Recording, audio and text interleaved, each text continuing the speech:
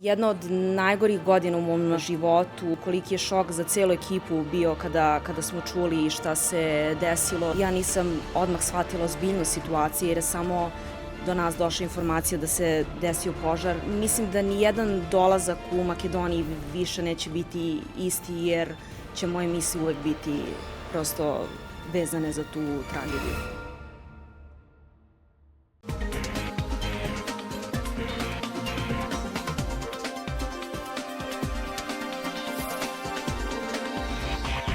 Dobro veče, i meni je puno srce posle duge pauze što sam ponovo kod vas. Нешто што ни е во моментов најактуелно, а тоа е песната Ако утре не нема, добро позната за тебе со оглед на тоа дека е отпеа на македонски јазик. Какви беа чувството дека пееш оваа песна?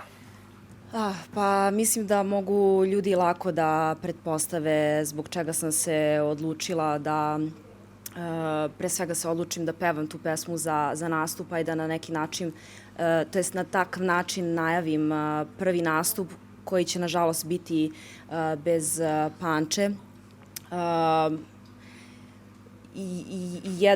Jedna od najgorih godina u mom životu i ne mogu da vam opišem koliki je šok za celu ekipu bio kada smo čuli šta se desilo i verujte mi da sam ceo dan skoncentrisana da se fokusiram da ne plačem jer od prvog nastupa u Makedoniji Panče bio tu uz nas, naravno i grupa DNK, ali nekako Panče bio poseban čovek i prijatelj u našim životima. Tako da sam prosto želela na neki način da uradim neki omaž, da se prisetimo naravno ne samo Panča, nego svih ljudi koji su nas nažalost napustili te večeri i da se zna da neće nikada biti zaboravljeni i prosto da ćemo ih zauvek imati u srcu i da nekako muzika leči sve ili makar skoro sve. Морам да те прашам како лично, за жал ме напомена, ја доживеа оваа трагедија да загубиш ваков прецепријател со оглед од Македонија, бидејќи имаш многу пријатели. Da, mi smo, čim se to desilo, odmah smo saznali jer smo zaista bili ne samo saradnici, nego bliski prijatelji.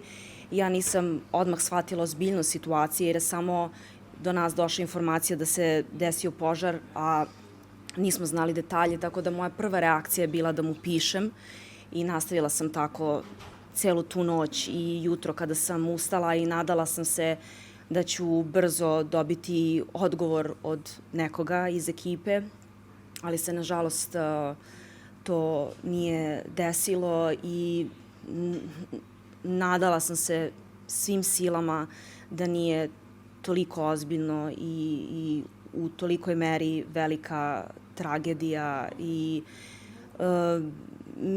mislim da ni jedan dolazak u Makedoniji više neće biti isti jer će moje misli uvek biti prosto vezane za tu noć i nažalost za tu tragediju. И сега да се вратиме на можеби поубавите нешто, иако во сеќавање секогаш ќе не бидат Панчо и ДНК, а твојата поврзаност со Македонија и со модата, односно со Занов, Митко, ќе го напоменам, едни убави сеќавања од твои веројатно и соработки, па морам да те прашам како дојде меѓу вас таа соработка, која што веќе исто долго години трае. Pa evo, ja ne znam da li sam ikada upoznala osobu u Makedoniji sa kojom nisam odmah kliknula i postala najbolji prijatelj, između ostalog je to i Zanov, koji takođe me prati od kažem, prvog nastupa, često je dizajnirao moje kostime za nastup i bio tu i kao saradnik i kao prijatelj da me podrži i bit će večeras neverovatan kreativac, neverovatan čovek. Mislim da je bukvalno svet mali za njega i mislim da njegovo vreme tek dolazi. Pre par nedelja sam bila na njegovoj revi i bilo mi je puno srce, bila sam preponosna jer je to uradio, kao što sam rekla, svetski. I bukvalno mi je sada soba puna njegovih kreacija, pošto želim da ih ponesem za Beograd i da ih obučem za neke posebne događaje. И сега во актуелното време нешто што се случува е Поквариш ми сан. Морам да напоменам еден апсолутно одличен хит кој што го слушаме и во Македонија, на радиостаниците се врти, не знам дали знаеш, а е релативно нов. И соработката твоја со Раста, морам да прашам како дојде до таа пак соработка. Da. Znamo se još od mojih početaka. On zapravo pre nego što je eksplodirao kao izvođač, radio je spotove i režirao je jedan od mojih prvih spotova, tako da se zaista dugo znamo, mislim preko 15 godina.